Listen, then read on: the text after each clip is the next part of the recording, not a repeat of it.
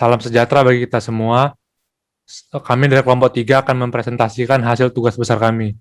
Sebelumnya saya akan memperkenalkan anggota-anggota kelompok 3.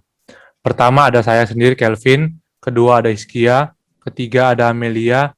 Dan keempat ada Winnie Jovita. Untuk pertama-tama akan dijelaskan oleh Winnie Jovita. IOStream merupakan singkatan dari Input-Output Stream Header yang digunakan sebagai standar input-output operasi yang digunakan oleh bahasa C++. Fungsi-fungsi yang ada di dalamnya seperti cin, cout, dan inline. Yang kedua ada vektor, digunakan untuk inisialisasi preprocessing untuk menggunakan vektor. Vektor memungkinkan kita melakukan proses insert dan delete di bagian tengah array. Kami menggunakan fungsi yang ada pada vektor seperti size di line 545, untuk mendapatkan jumlah elemen pada vektor. Untuk menyisipkan elemen ke bagian paling belakang digunakan pushback seperti di line 177.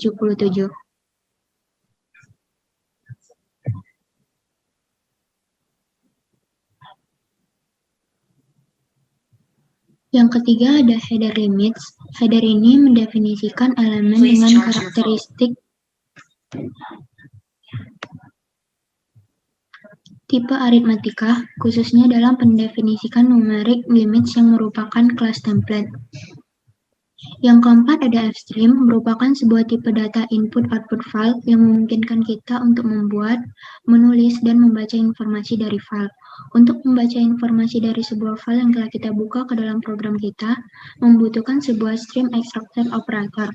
Di sini kami menggunakan fungsi ifstream untuk membaca file user.csv dan history.csv. Fstream di line 528 digunakan untuk membuka file dalam keadaan input maupun output.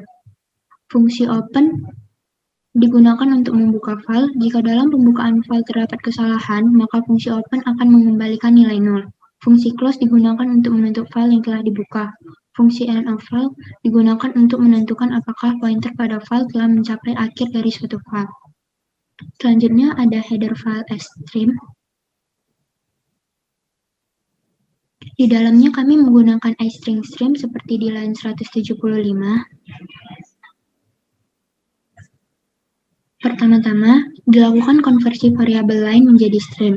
Setelah itu, streamnya dipisahkan berdasarkan komanya dan diambil atau dibaca per baris menggunakan getLine. Selanjutnya ada header file ctime, merupakan header yang berisi fungsi-fungsi, makro, dan tipe untuk memanipulasi waktu. Di line 291, kami menggunakan fungsi time untuk mendapatkan waktu saat ini. Yang terakhir adalah header uni_std.h. Di sini kami menggunakan fungsi getBit pada line 291 yang digunakan untuk memastikan bahwa kasus yang berbeda akan memiliki inisialisasi yang berbeda.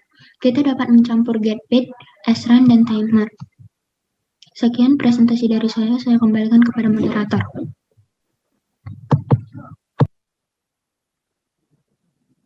Selanjutnya akan dijelaskan oleh Hiskia.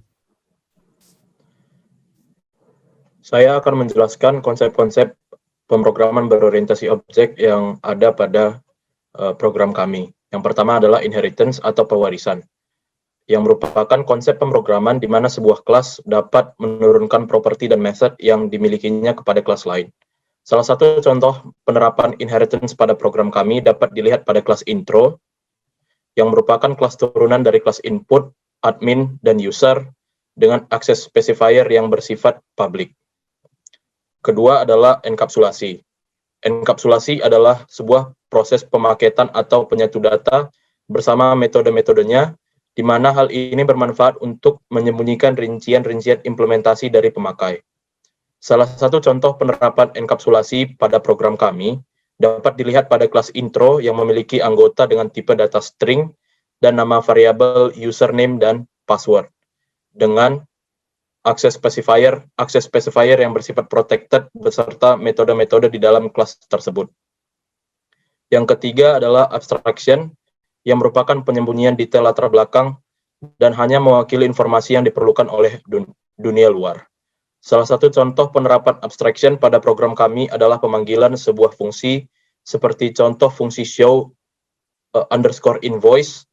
Pada fungsi show underscore invoice akan didefinisikan terlebih dahulu, kemudian fungsi tersebut dapat dipanggil tanpa harus didefinisikan kembali. Yang keempat adalah polimorfisme. Polimorfisme adalah keadaan objek yang mampu memiliki banyak bentuk. Contohnya pada program kami adalah, pertama dideklarasikannya fungsi virtual void yang dinamakan show pada kelas medium. Kemudian pada kelas user dan admin, juga dideklarasikan fungsi void dengan nama yang sama, yaitu show, tetapi pada tiap kelas fungsi tersebut memiliki definisi yang berbeda. Kemudian objek PTR pada kelas medium yang bersifat pointer dapat memanggil kedua fungsi tersebut dari masing-masing subkelas. Sekian dari saya kembalikan ke moderator. Kali ini saya akan menjelaskan tentang penyimpan data. Yang pertama ada CSV. CSV ialah format yang berfungsi untuk menyimpan data yang dimasukkan seperti database. Kami menggunakan ini untuk menyimpan data-data username dan password dari akun yang telah terdaftar. Tanda koma di sini berfungsi sebagai pemisah setiap kolom data. Contohnya ada di line 625. Yang kedua ada kami menggunakan vektor. Vektor menyimpan elemennya dalam bentuk array. Vektor memungkinkan akses untuk setiap elemen di dalamnya secara acak. Vektor dideklarasikan dengan ukuran yang tidak ditentukan. Fungsi pushback pada vektor ialah menambah elemen di akhir. Fungsi clear pada vektor untuk menghapus isi vektor. Dan ada fungsi size yang berfungsi untuk mendapatkan jumlah elemen pada vektor. Dan terakhir ada exception handling di line 643. Exception handling ini digunakan untuk menangani error atau keadaan tertentu yang terjadi ketika program sedang berjalan. Terdapat 3 keyword, yaitu try, catch, and throw. Fungsi try seharusnya diisi dengan minimum 5 karakter untuk username dan password yang pada pendaftaran akun. Jika user memasukkan data tidak sesuai dengan ketentuannya, maka input user akan dilempar ke fungsi catch di line 652, lalu fungsi throw yang ada pada line 650 akan memberitahu kesalahan user, yakni masukkan input minimal 5 karakter. Selanjutnya, aplikasi ini akan didemokan oleh Amelia.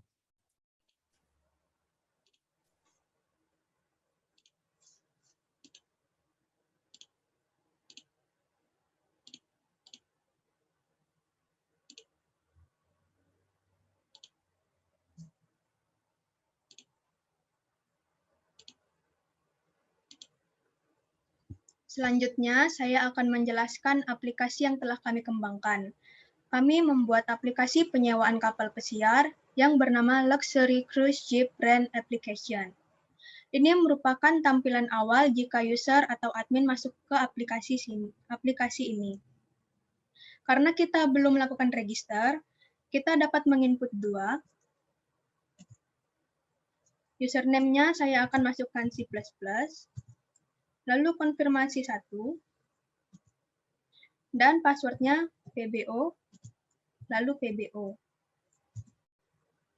Ternyata di program harus memasukkan minimal 5 karakter. Saya akan mengulanginya lagi, menginput 2, lalu saya akan buat teknologi. Ternyata saya membuat I-nya kebanyakan, jadi saya akan konfirmasi 0.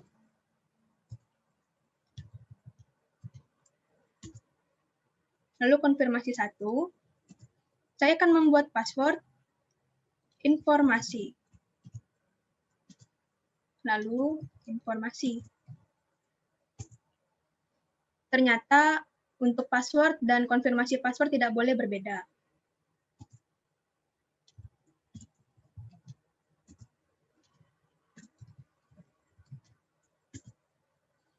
Dan di sini sudah dapat kita lihat bahwa registrasi telah berhasil.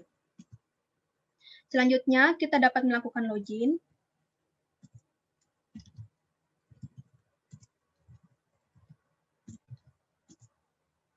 Ini merupakan menu user. Di sini kita dapat melihat jenis-jenis kapal pesiar dengan menginput 2.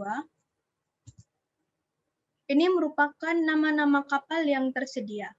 Saya akan menginput 4 untuk melihat isi dari Costa Fortuna. Dan ternyata isi dari kapal Costa Fortuna ada fasilitas seperti kafe, lalu ada muatan sebanyak 500 orang, dan harga sewa sebesar 380 juta. Setelah itu, saya ingin kembali,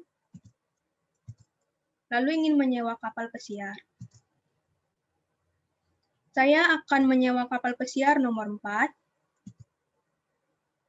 Saya akan membuat tanggal 29 bulan 9 2020. Ternyata pemesanan di luar jangkauan. Saya akan memasukkan lagi bulan 4 tahun 2021. Ternyata inputan saya tidak sesuai yang dimau oleh program. Lalu saya akan masukkan tanggal 9 bulan 9 2021. Saya akan menyewa selama 6 hari. Dan nama asli saya adalah Melia. Maka akan tertampil bukti pembayaran. Setelah itu, saya akan menyimpan kode pembayaran.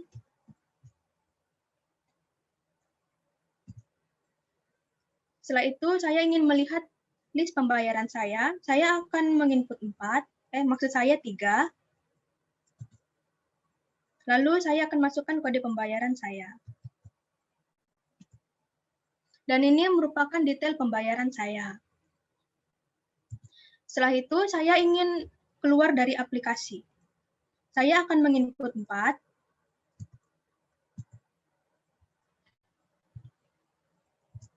Setelah itu, saya ingin masuk ke menu admin. Saya akan melakukan login, username, tugas, dan password besar. Ini merupakan menu admin. Saya ingin melihat daftar user yang telah registrasi. Ini merupakan user-user yang telah registrasi sebelumnya. Setelah itu, saya ingin melihat daftar admin. Ini merupakan daftar admin yang sudah registrasi. Setelah itu, saya ingin melihat histori pembayaran dari user. Saya ingin menginput 3. Dan di sini sudah terlihat bahwa dengan nama Amelia telah melakukan penyewaan. Setelah itu, saya ingin menghapus user dengan menginput 4. Username yang akan dihapus adalah teknologi. Dan ternyata data tidak ditemukan karena saya salah memasukkan username.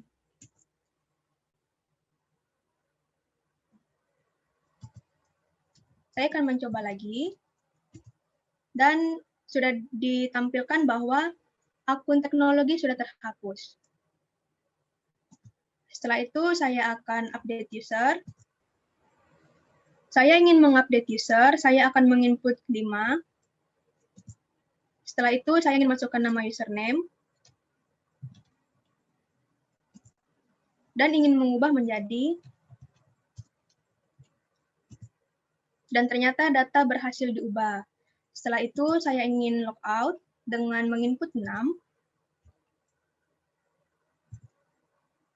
Lalu, input 3. Sekian dari penjelasan saya, selanjutnya saya serahkan kepada moderator. Sekian presentasi dari kelompok 3. Jika ada kata-kata yang kurang berkenan mohon dimaafkan. Terima kasih.